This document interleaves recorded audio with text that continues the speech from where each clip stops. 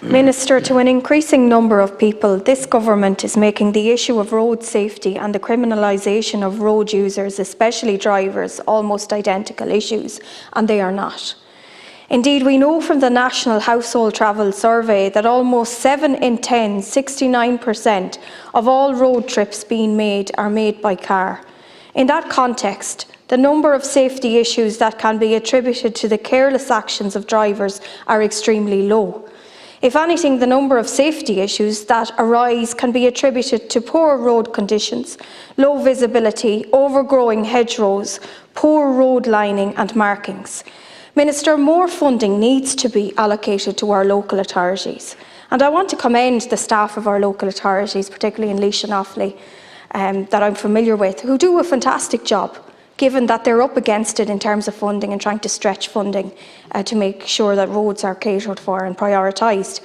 But despite this, and the fact that road safety should be made a very important priority, I and my colleagues have pointed out here that in Budget 2024, there was 1.2 billion allocated for our road network, and this represented a substantial decrease of €200 million from the previous year's allocation of 1.375 billion.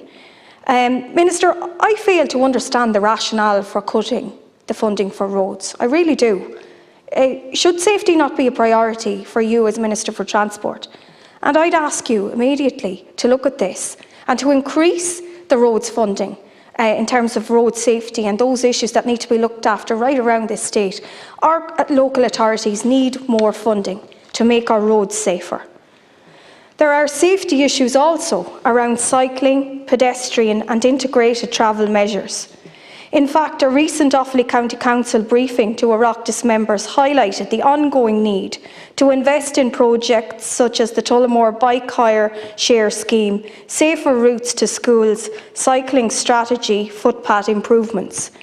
The problem is that, as I said, that the funding for these is not always there, and the issues can be precarious and it's not multi-annual, and that's the problem, that the local authorities can't always get to these issues because there's just not enough funding.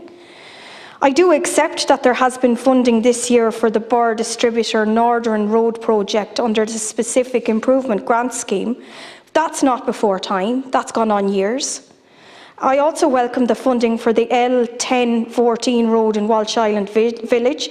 I advocated for safety improvements in Walsh Island, and indeed I met with the local people there and the engineer to try and ensure that the funding and indeed that priority was given to Walsh Island.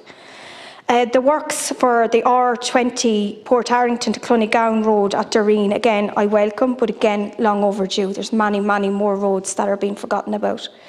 We need to see this kind of investment that we've seen in Walsh Island and in Burr and in Port Arrington in terms of the R420. We need to see this continue, and we need to see less of the attempt to basically throw all of the blame for road safety issues back onto the motorists, because it's just not the case. Carol Nolan.